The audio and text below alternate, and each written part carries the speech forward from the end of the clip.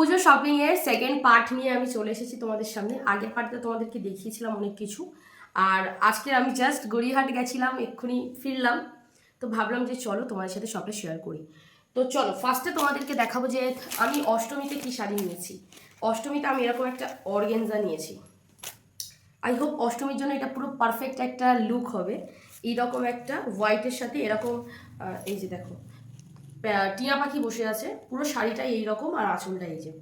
আমি যখন পরবো অষ্টমীতে জাস্ট তোমরা দেখে পুরো ফিদা হয়ে যাবে। ওকে, নেক্সট আমি যেটা সব থেকে ইম্পর্টেন্ট ছিল এবছর পুজো, এটা আমার কেনা, সেটা হচ্ছে এইরকম না দুটো আমি সায়া নিয়েছি। কি সুন্দর দেখেছো? হ্যাঁ, এটা সায়া, একদমই তাই, একটা জামার মতো, পুরো সাদা কালার আর এরকম সুন্দর ডিজাইন। এগুলো না ক্যামেরাতে খুব একটা শোনি, এই যে ভীষণ ভালো। এটা 2 পিস নিয়েছি, ওটা একটা, এটা একটা নিয়েছি। আর দাদার জন্য রেমন থেকে কিছু পিস নেওয়া হয়েছে। এই যে দাদা রেমনের পিস প্রচুর লাগে যেহেতু অফিসের জন্য।